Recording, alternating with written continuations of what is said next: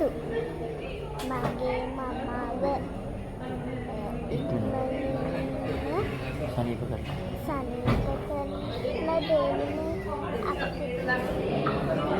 අම්මගේ මමට කිසිම කරදරයක් කරන්න එපා නේ පුතා.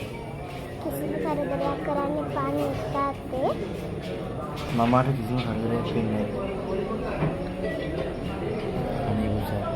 අනේ බුදුසාදු අපේ මමාව ඉක්මනට හොඳ කරන්න.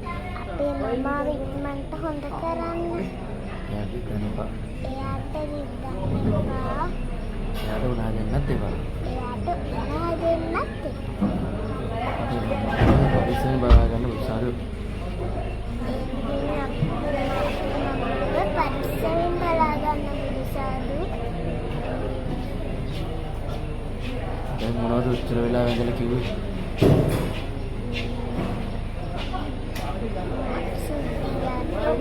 කියලා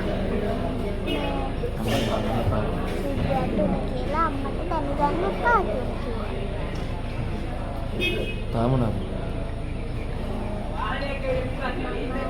ඉක්මනින් සනීප වෙන්න. සුද්ධිට උන කියලා අම්ම දැනගන්න නැති සුද්ධිය. නවයි ඉරිට.